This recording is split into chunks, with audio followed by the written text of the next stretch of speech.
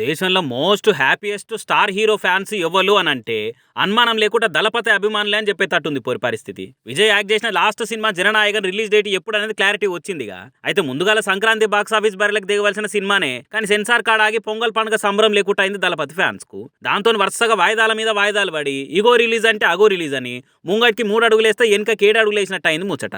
ఇక విజయ్ ఫ్యాన్స్ కి నిర్మాతలకి నిద్ర లేకుండా అయిన ఆ బాధ చాలినట్టు సినిమా ఆన్లైన్ అనే లీక్ అయి ఇంకో పంచాది మోపైంది పాపం.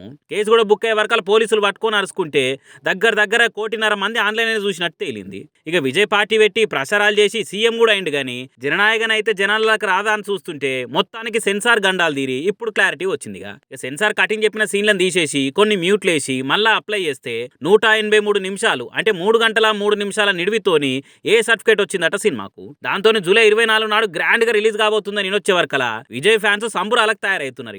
ఇక కొన్నిటి కాడైతే ఇట్లా ఫ్లెక్సీలు కూడా కట్టిరు. ఒక హీరోకి సినిమా పోస్టర్లకు కాకుండా ఓ సెన్సార్ సర్టిఫికేట్ కి ఫ్లెక్సీలు కట్టించుడేందా, ఇంత క్రియేటివిటీ ఈ రేంజ్ ఫ్యానిజం ఏందా అనుకుంటా వైరల్ అవుతున్న ఈ ఫోటోలను చూసి పరిశాన్ అవుతారు పబ్లిక్. మరి మామూలు అప్పుడే విజయ్ సినిమా అంటే వీర లెవెల్ ఉంటాయి సెలబ్రేషన్లు. ఇప్పుడు దళపతి సీఎం హోదాలు ఉండే వరకలా టాకీస్లలో ఎసొంటి ఎలివేషన్ల ఎడిటింగ్ లో వీడియోలతో టాప్ లేపుతారో చూడాలిగా.